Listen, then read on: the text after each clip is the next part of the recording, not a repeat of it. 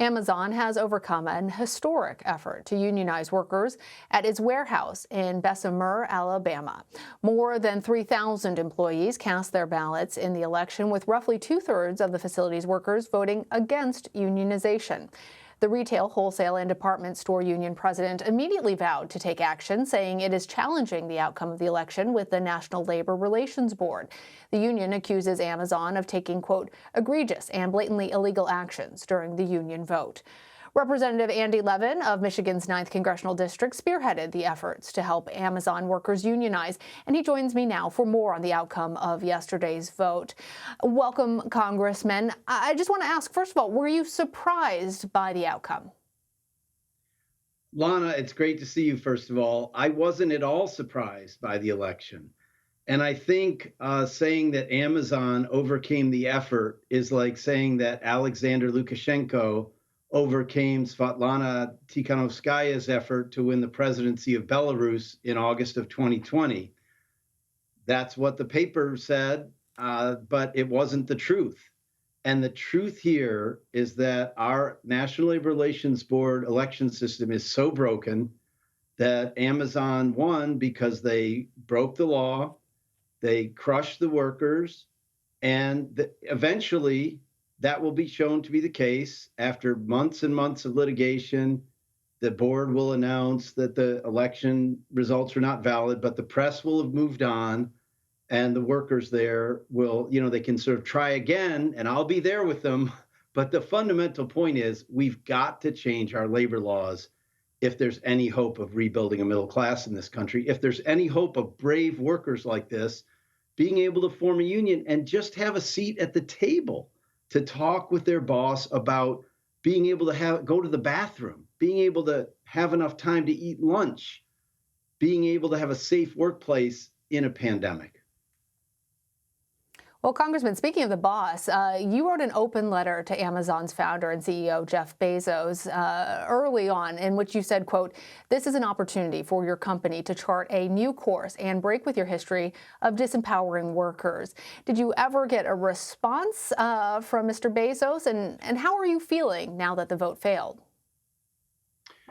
Well, I'm feeling determined. It's actually a huge victory in a way for these workers. And let me tell you why. The whole world tuned into this. The press has been covering it from around the country and around the world. It's been huge on social media. And what America is learning is that these huge companies will go to any length to prevent their workers from forming a union. And Lana, we're down to 6% of private sector workers having a union in this country when 48% of non-union workers would like to have one, according to MIT. So this is the biggest market imperfection of all time. And until and unless workers in America can form a union just because they darn well please, we are not going to overcome the incredible wealth and income inequality we have in this country. We're just not. And during this pandemic, Jeff Bezos got $68 billion richer. For what? I mean, who can even imagine $1 billion? Things are so out of whack, and the working class of this country is waking up, and this is the first shoot of spring of a new season of worker organizing in this country. So this is just the first chapter. Congressman, I want to read for our viewers the statement that Amazon provided that denied any internal pressure campaign aimed at scaring its workers from unionization. That statement read in part, quote, it's easy to predict the union will say that Amazon won this election because we intimidated employees, but that's not true. Our employees heard far more anti-Amazon messages from the union, policymakers, and media outlets than they heard from us. However, the retail, wholesale, and department store union refutes that stance, saying that Amazon pressured workers to vote against the union. Do you think that the results of the vote were legitimate? Fundamentally, even though it didn't work out as you had advocated for, but can't workers decide for themselves if they don't want to join a union? That would be the ideal. Lana, that's the goal, is to have a system where workers can decide just for themselves whether they want to form a union or not. Anti-union workers, pro-union workers can talk amongst themselves, but these results were not legitimate because Amazon ran a huge pressure campaign. Let's look at another statement Amazon put out. When my colleague Mark Pocan put out a tweet about how people pee in bottles because they have no time to take a break when they're driving or working, Amazon said, that's nonsense, completely false. Obviously, it's not true, or we wouldn't have over 1 million happy associates, or whatever they said. And the whole social media world erupted with stories from Amazon workers about their pee bottles in their trucks and at their workstations. Amazon is trying to run its own version of reality, but the world knows that Amazon is changing the nature of work in a way that's almost dehumanizing. And workers need to be able to form unions to have a say to create a decent workplace. That's all there is to it. And we're not going to stop. First thing we've got to do is pass the Protecting the Right to Organize Act, or the PRO Act. That would have changed this election completely, and the workers could have been able to organize freely.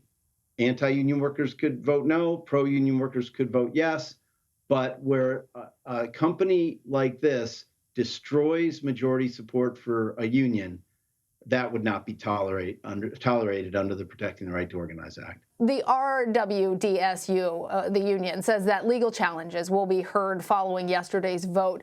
So what are the next steps, and on what grounds can the vote be challenged?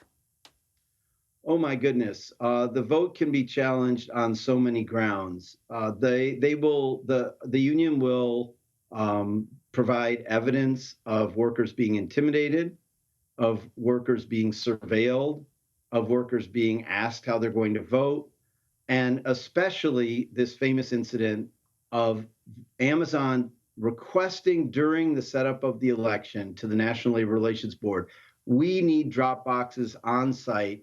The National Labor Relations Board said, nope, that would be unsafe during COVID and intimidating to the workers. And what did the company do? They installed a mailbox right in the employee parking lot just outside the entrance and encouraged all the workers to vote there. And in fact, we have evidence that hundreds and hundreds of ballots were turned in from that mailbox on 2 different days after they installed it. So there is ample evidence that Amazon broke the law here. But the point that your viewers need to, leave with is that the remedies are toothless. And if the government finds that Amazon broke the law, do you know what the remedy is? That they have to post some boring notices in break rooms, could be 6 months or 2 years later, and run another election. Well, turnover in this place is something like 100% a year. So the union would basically be starting over. And that's how companies like Walmart and Amazon, that have hundreds of thousands, in Walmart's case, 1.3 million workers in the US, have 0 union members because we don't have a fair system. And they are allowed to cheat and prevent their workers from having freedom of association at work.